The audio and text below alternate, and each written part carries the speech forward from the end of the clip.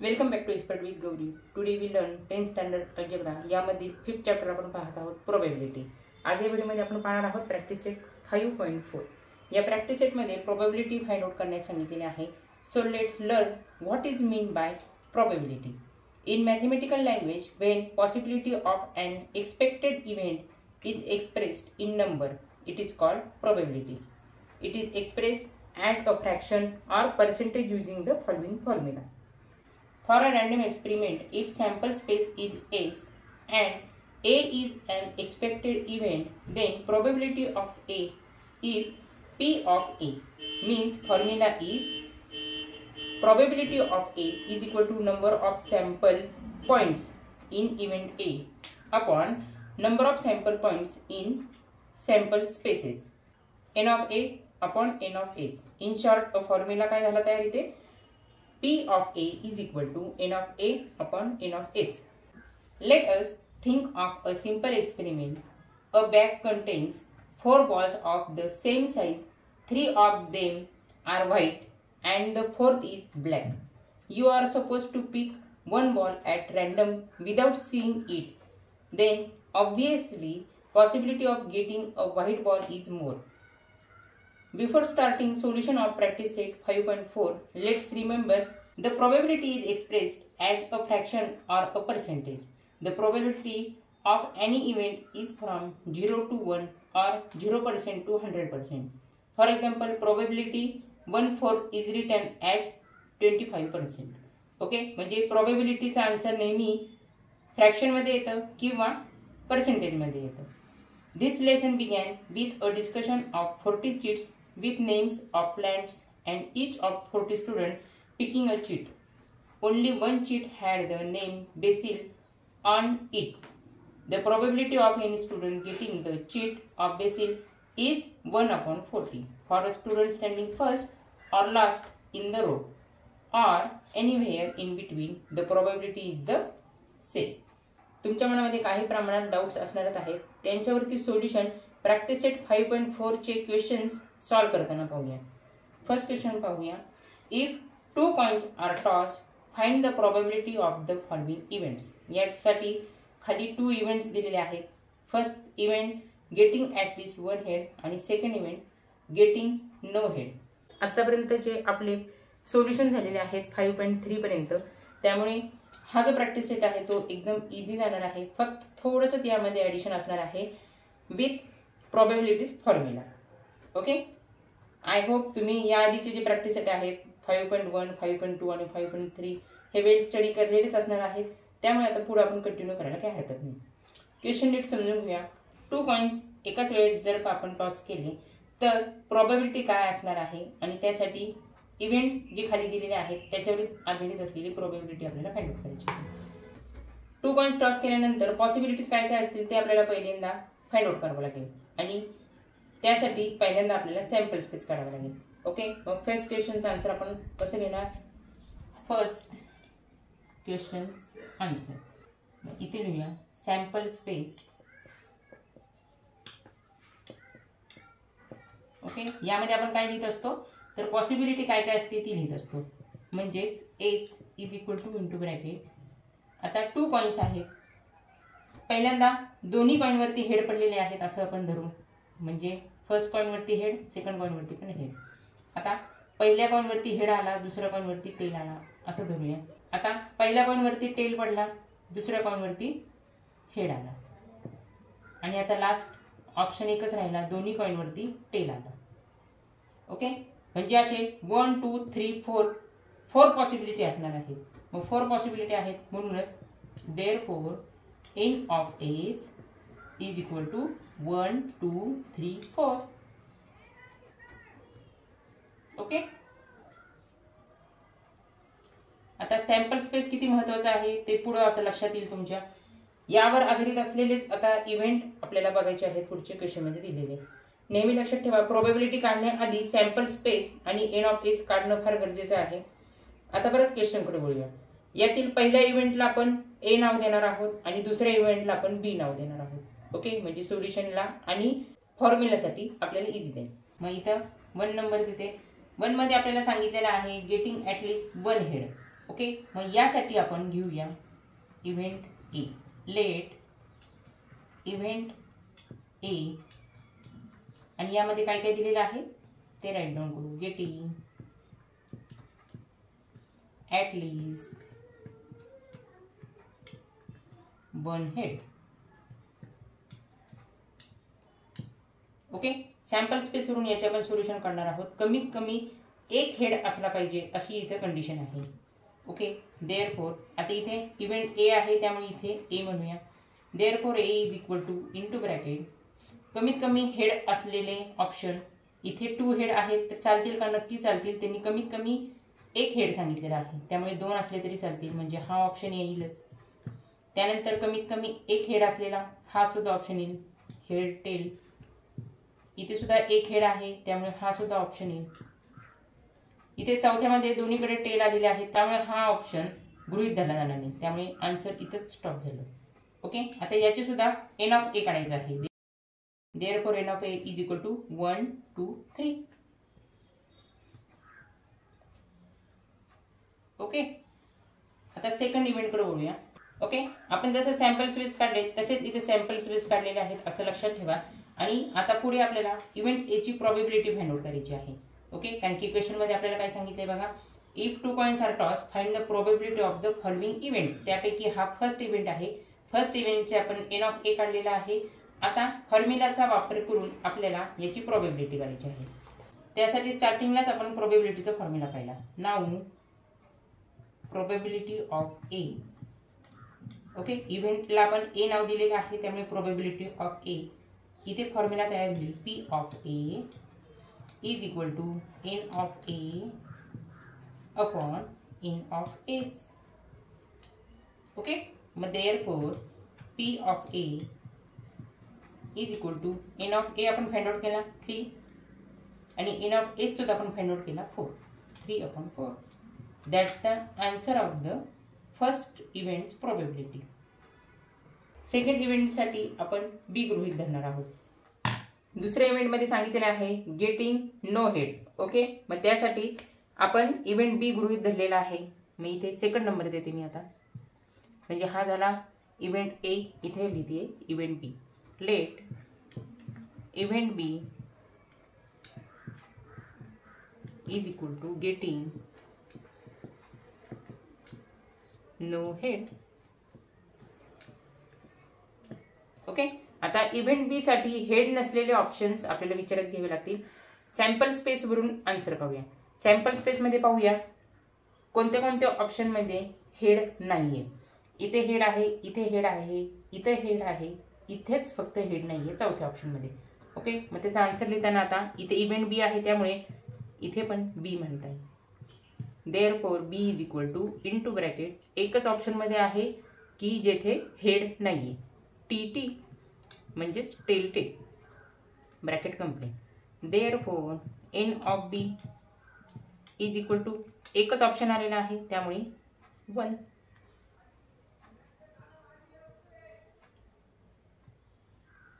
Okay, now आता second इव्हेंटची probability आपल्याला काढायची आहे. प्रोबॅबिलिटी ऑफ सेकंड इव्हेंटला आपण बी नाव दिलेलं आहे त्यामुळे B. Probability of B is equal to probability of B is equal to. आता फॉर्म्युला कसा लक्षात ठेवायचा बघा. प्रोबॅबिलिटी कोणत्या इव्हेंटची काढायची आहे त्याचं नाव इथं द्यायचं आहे आणि इथं डिनोमिनेटरला नेहमी एन ऑफ एसच येणार आहे. ओके, आणि ज्याची प्रोबॅबिलिटी आपण काढत आहोत त्याची एन ऑफ इव्हेंट लिहायचं आहे. मग एन ऑफ बी यामध्ये व्हॅल्यू पुट करू. Therefore P of B is equal to N of B आपल्याला माहित आहे 1 upon N of S 4. Okay, म्हणजे सेकंड इव्हेंटची प्रोबॅबिलिटी आली 1/4. ओके, आपण रिमेंबरमध्ये शिकलो बघा. प्रोबॅबिलिटीचा आन्सर नेहमी अपूर्णांकामध्ये येतं म्हणजेच फ्रॅक्शनमध्ये येतं किंवा पर्सेंटेजमध्ये येतं. Second question, if 2 dice are rolled simultaneously find the probability of the following events. त्यासाठी खाली 3 इव्हेंट्स दिलेले आहेत. आता ते मी इथे रीड करून दाखवत नाही, क्वेश्चन सॉल्व करता करता लक्षात घेऊया. 2 डाइस एकाच वेळेस थ्रो केल्यानंतर पॉसिबिलिटी काय काय असतील तर दोन्ही डाइसच्या अप्पर फेसवरती 1 to 6 नंबर्स येतील. त्यामुळे सॅम्पल स्पेसमध्ये पाहूया कशा प्रकारची पॉसिबिलिटी येतील. अशा प्रकारचा क्वेश्चन आपण प्रॅक्टिस सेट 5.3 मध्ये पाहिलेलाच होता. त्याच्यामुळे अजून तुम्हाला डीपमध्ये लर्न करायचा असेल तर तुम्ही प्रॅक्टिस सेट 5.3 परत एकदा फॉलो करून बघा. Answer sample space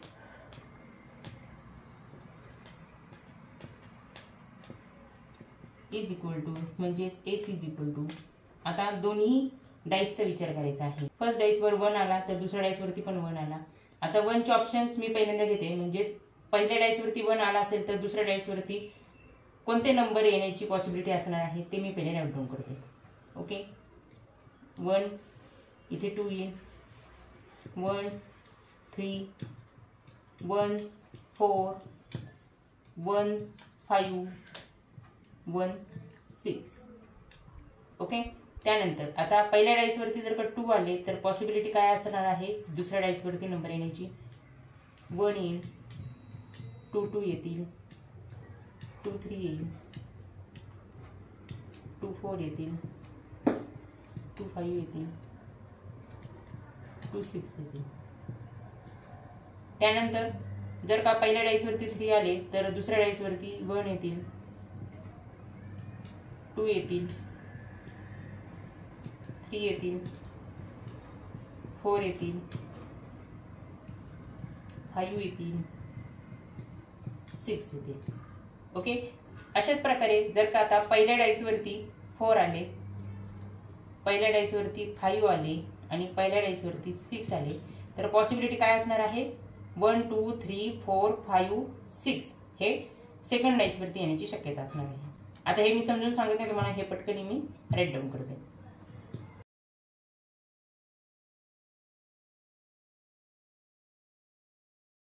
bracket complete. आता N of S find out करू. Therefore N of S is equal to, प्रत्येक रो मध्ये 6 ऑप्शन आलेले आहेत, म्हणजे 6 मल्टिपल 6 इज इक्वल टू 6 6 जार 36. म्हणजे एन ऑफ एक्स मिळाले आपल्याला 36. ओके, यातील पहिल्या इव्हेंटला आता ए नाव देऊया, दुसऱ्या इव्हेंटला बी नाव देऊया आणि तिसऱ्या इव्हेंटला सी नाव देऊया. फर्स्ट इव्हेंट जो क्वेश्चन मध्ये दिलेला आहे त्यासाठी मी इव्हेंट ए घेतलेला आहे.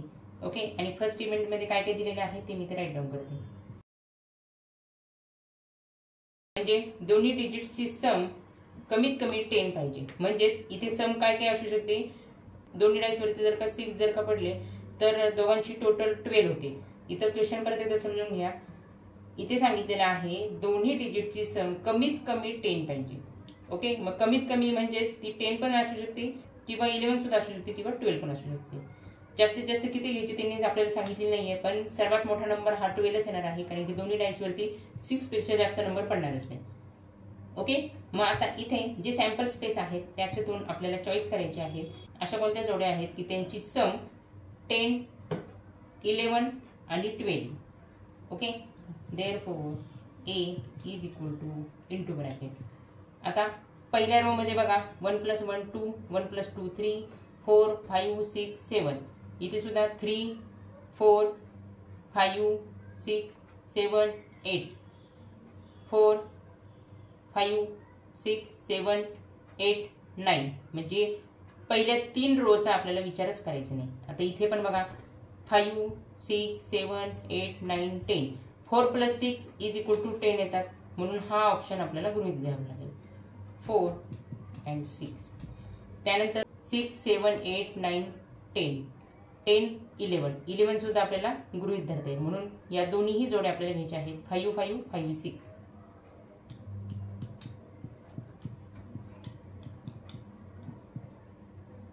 7 8 9 10 11 12. म्हणजे हे तिन्ही जोड्या आपल्याला गृहीत धराव्या लागतील. याची सम येत आहे 10, याची सम येत आहे 11 आणि याची सम येत आहे 12. ओके, त्यामुळे शेवटच्या रो मधील तिन्ही जोड्या मी घेतलेल्या आहेत. ओके, त्यानंतर एन ऑफ ए आपल्याला फाइंड आउट करायचं आहे. एन ऑफ ए म्हणजे यामध्ये किती ऑप्शन्स आलेले आहेत किंवा किती जोड्या आलेल्या आहेत. 1 2 3 4 5 6 इज इक्वल टू 6. त्यामुळे एन ऑफ ए आपल्याला मिळाला 6. ओके, आता यावरून आपल्याला प्रोबॅबिलिटी काढायची आहे. जेवढे आपल्याला इव्हेंट क्वेश्चन मध्ये दिलेले असतील त्यांच्या सर्वांच्या आपल्याला प्रोबॅबिलिटी काढायची आहे. ओके, नाऊ इथे इव्हेंट ए आहे, त्यामुळे प्रोबॅबिलिटी ऑफ इव्हेंट ए आपल्याला फाइंड आउट करायचं आहे. Is equal to probability of A is equal to N of A upon N of S. Okay, N of A 6 आहे आणि एन ऑफ एस 36 आहे. Okay, पण 6च्या टेबलमध्ये 36 आहेत त्यामुळे याला आपल्याला डिवाइड करता येईल. 6 1 जार 6, 6 6 जार 36 इज इक्वल टू 1/6. ओके, म्हणजे पहिला इव्हेंट जो दिलेला आहे P of A is equal to 1/6. म्हणजे probability of event A is equal to second इव्हेंटमध्ये आपल्याला सांगितलेलं आहे the sum of the digits on the upper faces is 33. Okay, second event जो दिलेला आहे त्यासाठी मी बी कन्सिडर करते. ओके, म्हणजे सॅम्पल स्पेसमधून आता अशा डिजिटच्या जोड्या आपल्याला पाहिजे आहेत की ज्यांची सम 33 असेल. ओके, इव्हेंट बी नाव आहे त्यामुळे इथं म्हणूया therefore B is equal to, आपण आत्ताच पाहिले की ज्यांची ॲडिशन 10, 11 किंवा 12. तर शेवटचा ऑप्शन कोणता होता? 6 आणि 6 त्यांची ॲडिशन म्हणजे त्यांची सम 12 येत होती. 12 पेक्षा जास्त ॲडिशन असलेले नंबर्स इथे नाही आहेत किंवा जोडी इथे नाही आहे, म्हणजे इथे आन्सर काहीच येणार नाही, म्हणजेच रिकामा ब्रॅकेट येईल. यालाच म्हणतात एम्प्टी. सॅम्पल स्पेसमध्ये एकही अशी जोडी नाही की जिची सम 33 असेल.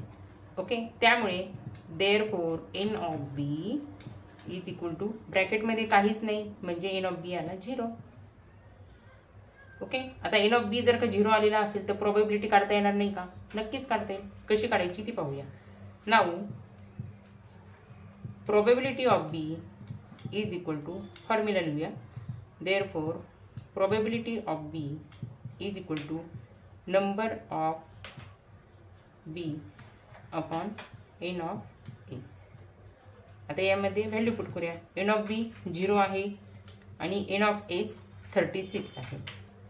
ओके, 0ला कोणत्याही संख्येने डिवाइड केलं तर आन्सर 0च येतं. Okay, therefore probability of B is equal to 0 आली. आता थर्ड इव्हेंटचा विचार करूया. थर्ड इव्हेंटसाठी मी इव्हेंट सी गृहीत धरणार आहे आणि त्यामध्ये जे दिलेलं आहे the digits on the first die is greater than the digit on the second die. हे पहिले राईट डाऊन करून घेते. आता याचे उत्तर सॅम्पल स्पेसवरून ठरवूया. ओके, इव्हेंट सी आहे त्यामुळे इथे C is equal to into bracket. आता सॅम्पल स्पेसवरती बघा, दुसऱ्या डायच्या डिजिटपेक्षा पहिल्या डायवरील डिजिट हा मोठा असणारा ऑप्शन कोणता आहे ते आपल्याला फाइंड आउट करायचं आहे. ओके, यासाठी सॅम्पल स्पेस आपल्याला मदत करणार आहे. इथे दुसरा नंबर आहे 1, त्याच्यापेक्षा पहिल्या डाईसवरील नंबर सुद्धा 1च आहे, म्हणजे लहान किंवा मोठा नाही, दोन्ही सेम असणारे नंबर आपल्याला नको आहेत. सेकंड ऑप्शन, दुसऱ्या डाईसवरती 2 पडलेले आहेत तर पहिल्या डायवरती 1 पडलेला आहे. इथे सगळीकडे तसेच आहे. दुसऱ्या डाईसपेक्षा पहिल्या डाईसवरती पडलेले नंबर छोटे आहेत, पण आपल्याला क्वेश्चनमध्ये पहिल्या डाईसवरती पडलेला नंबर हा मोठा असलेला पाहिजे, म्हणजे पहिल्या रोचा काहीच उपयोग नाही. त्यानंतर दुसऱ्या रोमध्ये पाहूया. दुसऱ्या रोमध्ये दुसऱ्या डाईसवरती 1 पडलाय तेव्हा पहिल्या डाईसवरती 2 पडल्यात म्हणजे ग्रेटर पडलेला आहे, त्यामुळे हा ऑप्शन आपल्याला घेता येईल 2 1. त्यानंतर इथे दोन्ही डाईसवरती सेम नंबर आलेले आहेत, हा ऑप्शन चालणार नाही. याच्या पुढे पण बघा, दुसऱ्या डाईसवरती 3 4 5 6 पडलेले आहेत तर पहिल्या डाईसवरती 2 2 2 पडलेले आहेत म्हणजे लहान पडलेले आहेत, त्यामुळे हे पण ऑप्शन आपल्याला घेता येणार नाही. त्यानंतर थर्ड रोमध्ये दुसऱ्या डाईसवरती 1 आहेत तर पहिल्या डाईसवरती 3 आहेत. इथे सुद्धा दुसऱ्या डाईसवरती 2 आहेत आणि पहिल्या डाईसवरती 3 आहेत, म्हणजे हे दोन्ही ऑप्शन्स आपल्याला घेता येतील, कारण की यामध्ये इथे जी कंडिशन सांगितलेली आहे ती फुलफिल होत आहे. ओके, त्यामुळे इथं म्हणू 3 1 3 2. दुसऱ्या डाईसपेक्षा पहिल्या डाईसवरती मोठे नंबर आहेत. ओके, इथे सेम आहेत आणि इथे दुसऱ्या डाईसपेक्षा लहान नंबर आलेले आहेत, त्यामुळे पुढं आपल्याला विचारच करायचा नाही. त्यानंतर 4 1 4 2 4 3 इथपर्यंतचे जे ऑप्शन्स आहेत फोर्थ रो मधील ते आपल्याला घेता येतील, कारण की दुसऱ्या डाईसवरती जे नंबर्स पडलेले आहेत त्याच्यापेक्षा मोठे नंबर या जोडीमध्ये आहेत.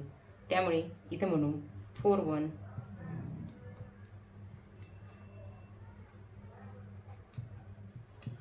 4 2 4 3. 4 4 हा ऑप्शन घेता येणार नाही, कारण की दोन्हीकडे सेम नंबर पडलेले आहेत. 4 5 आणि 4 6 पण घेता येणार नाही, कारण की दुसऱ्या डाईसपेक्षा पहिल्या डाईसवरती लहान नंबर आलेले आहेत. त्याच्यानंतर 5th रोचा विचार करूया. 5th रोमध्ये 5 1 5 2 5 3 5 4 हे ऑप्शन्स आपल्याला घेता येतील, कारण की दुसऱ्या डाईसवरती जे नंबर्स पडलेले आहेत त्याच्यापेक्षा मोठे नंबर पहिल्या डाईसवरती पडलेले आहेत. ओके, त्यामुळे 5 1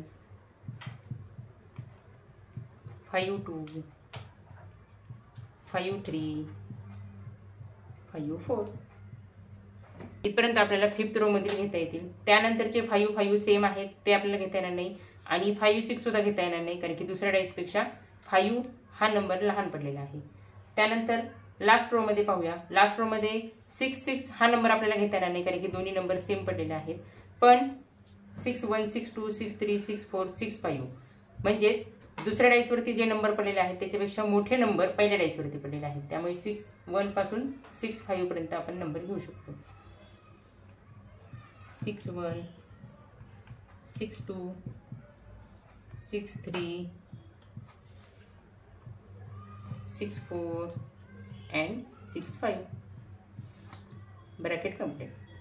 Therefore, n of C is equal to 1 2 3 4 5 6 7 8 9 10 11 12 13 14 15.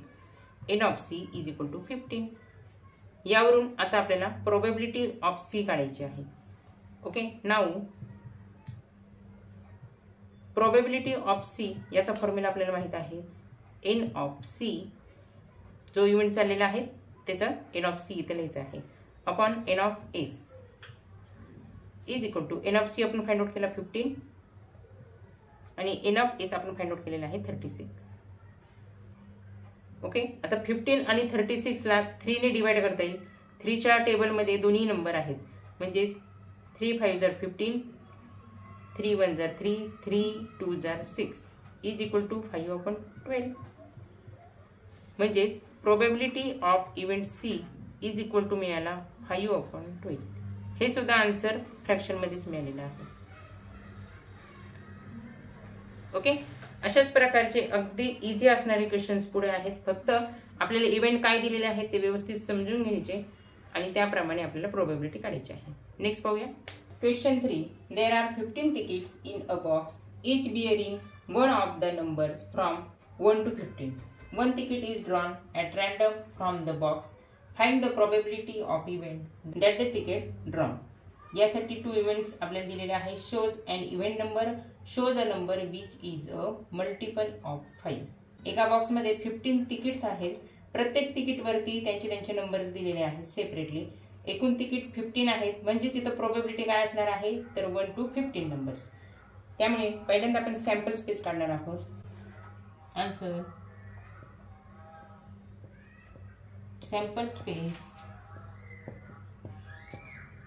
म्हणजेच S is equal to into bracket 1 to 15 ticket आहेत. प्रत्येक तिकिटावरती वेगवेगळा नंबर आहे 1 पासून 15 पर्यंत. म्हणजे पहिल्या तिकिटावरती 1 आहे, दुसऱ्या तिकिटावरती 2 नंबर आहे, तिसऱ्या तिकिटावरती 3 नंबर आहे. अशाच प्रकारे कंटिन्यू 15 पर्यंत नंबर्स आहेत. 5 6 7 8 9 10 11 12 13 14 and last 15. Okay, therefore N of S काय असणार आहे. टोटल 15 नंबर आहेत म्हणून n of S is equal to 15.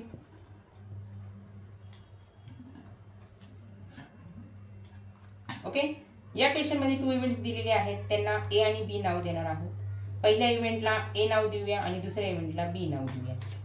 Late event A. Event ए साठी पहिला इव्हेंट जो दिलेला आहे तो राईट डाऊन करून घेते. Shows and event number.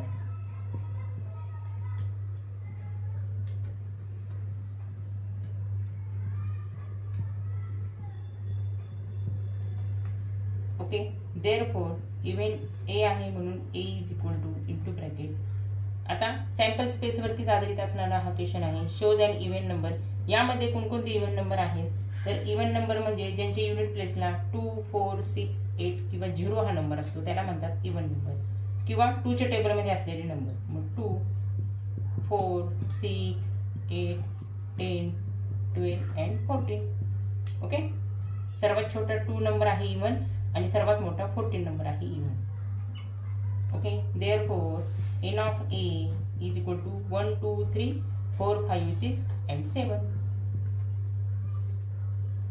यावरून प्रोबॅबिलिटी ऑफ ए काढूया. Now probability of A is equal to याचा formula N of A upon N of S is equal to N of A 7 आहे, एन ऑफ एस 15 आहे. 7 upon 15. Therefore P of A is equal to 7 upon 15.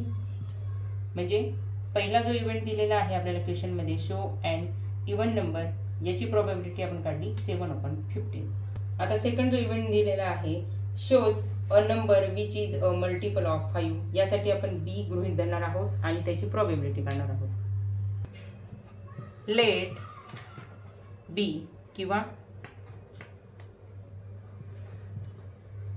event B is equal to shows a number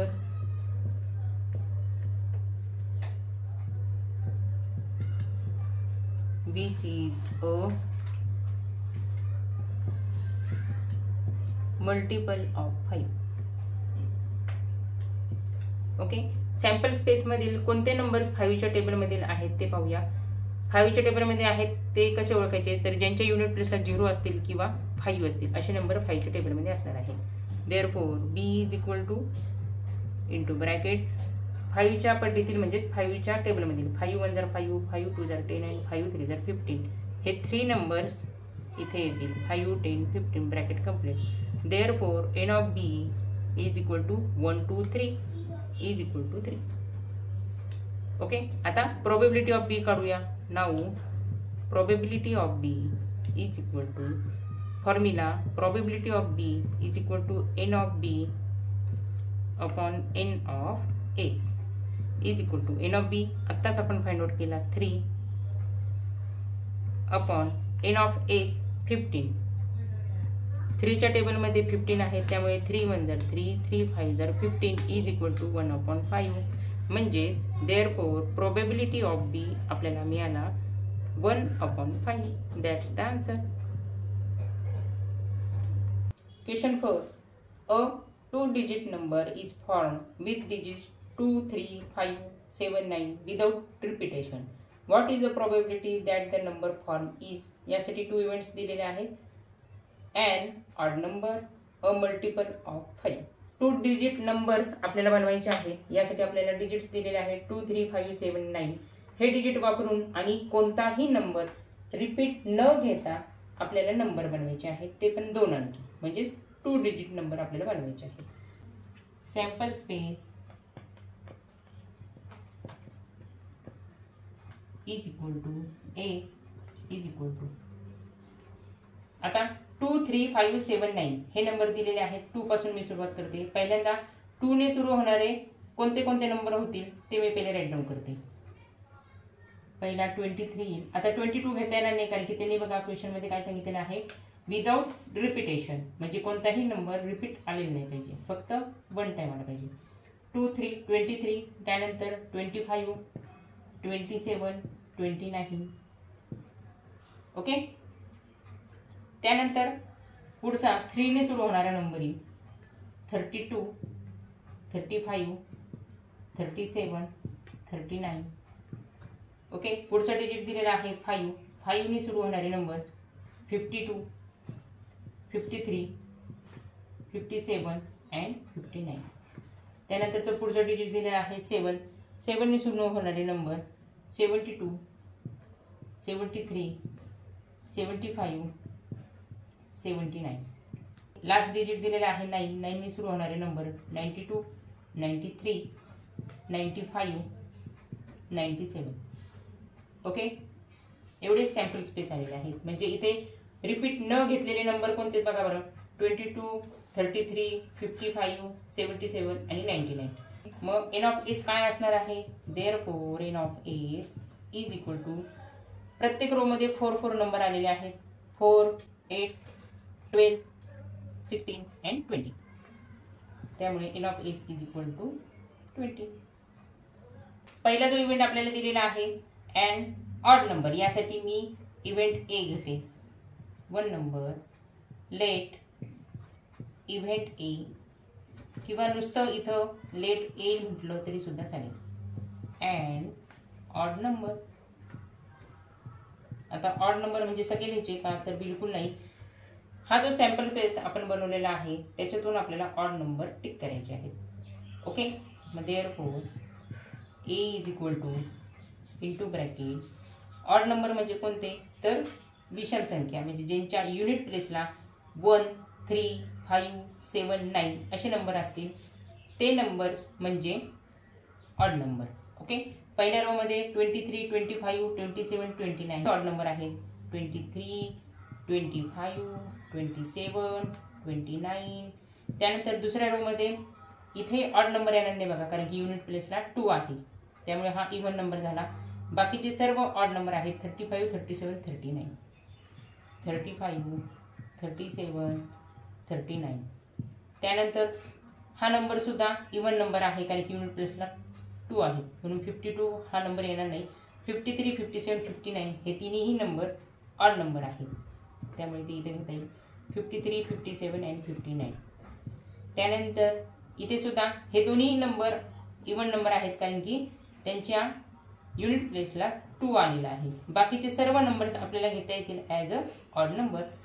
right down करू. 73, 75, 79, 93, 95, 97.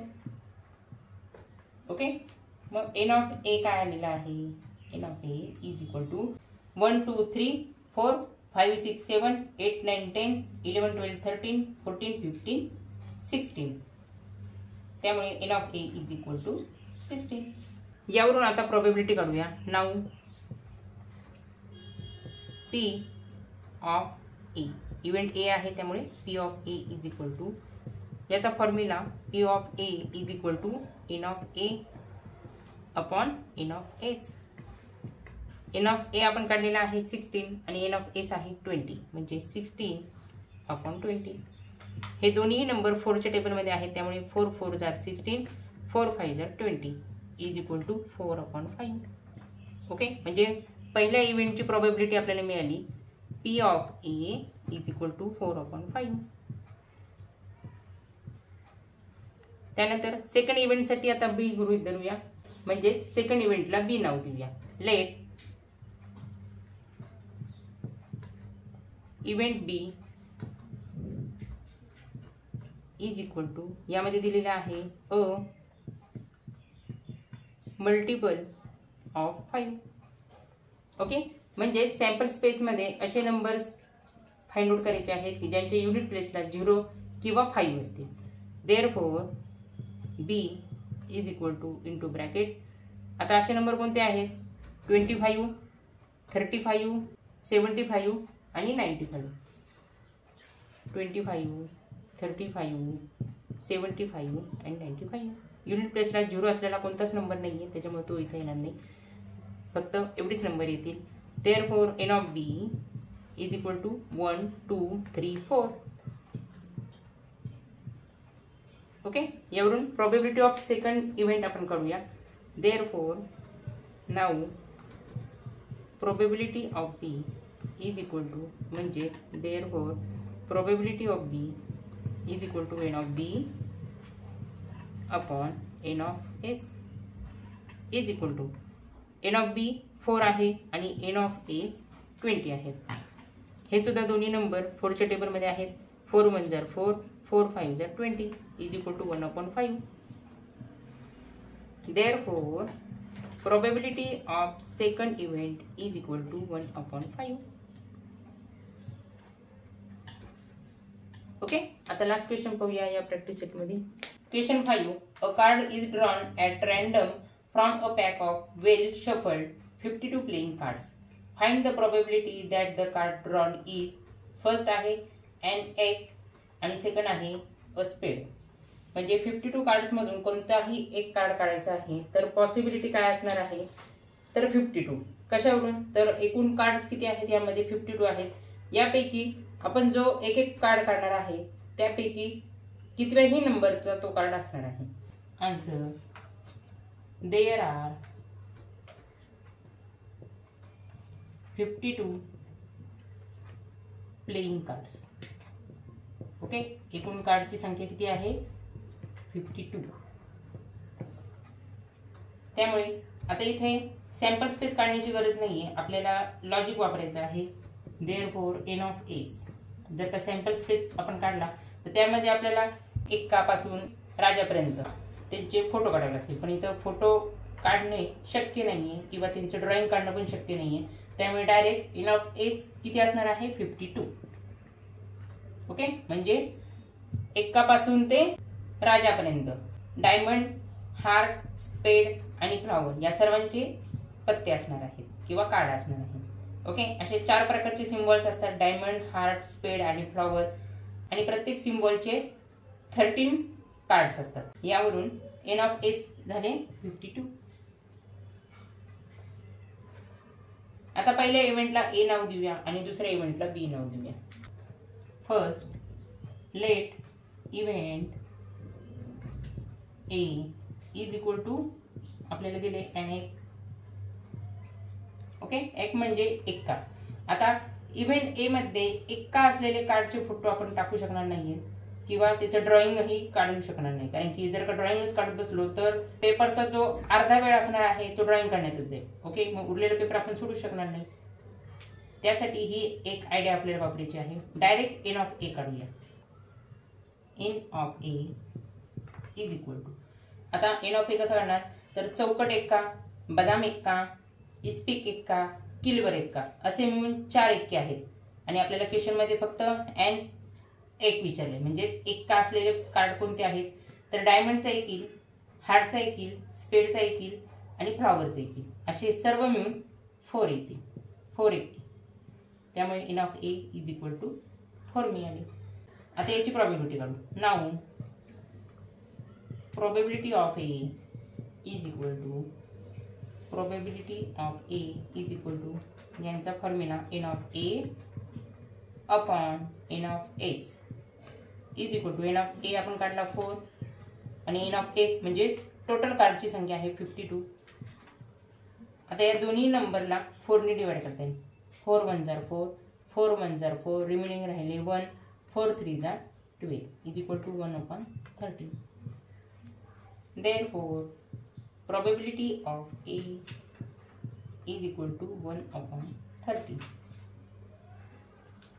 Okay, म्हणजे पहिला जो event दिलेला होता आणि एक त्याचा आन्सर मिळालं.